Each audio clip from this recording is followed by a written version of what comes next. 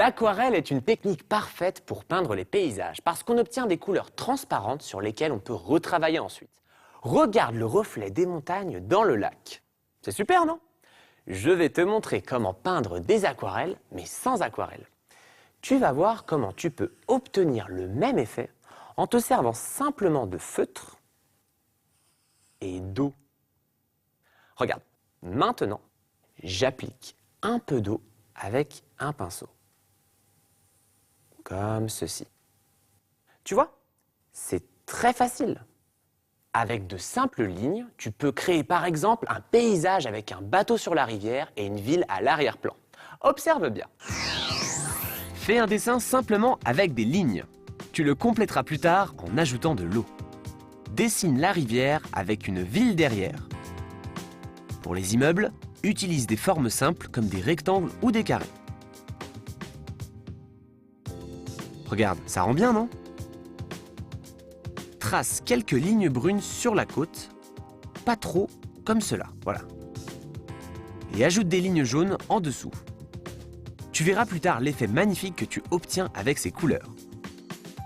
Ici, là où il y aura de l'eau, dessine un bateau.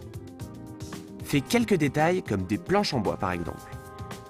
La rivière n'est pas immobile, alors dessine quelques petites vagues ici et là. Fais des lignes bleues et jaunes. Et pour le ciel, trace une ligne ondulée et remplis-la de couleurs.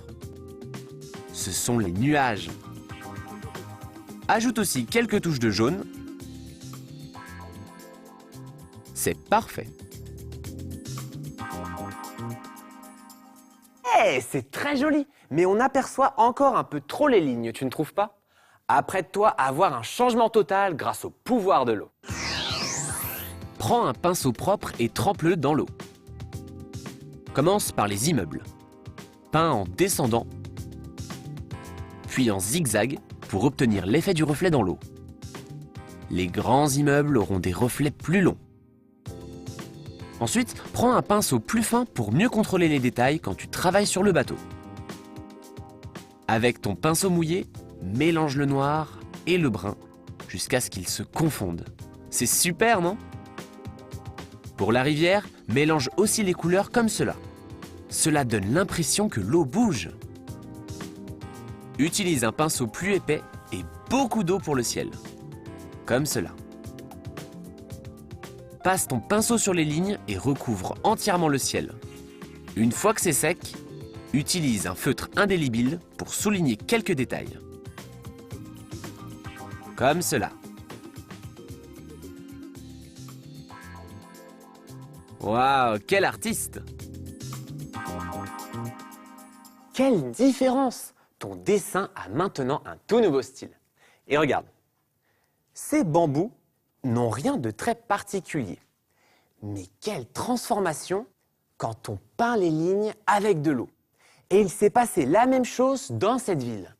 Un jour de pluie, tout est mouillé. Des feutres, un peu d'eau, à toi de créer de superbes aquarelles pour offrir à ta maman. Ah, je suis tellement content d'être entouré par ces eaux cristallines, même si quelquefois les vagues mouillent un peu mes œuvres d'art.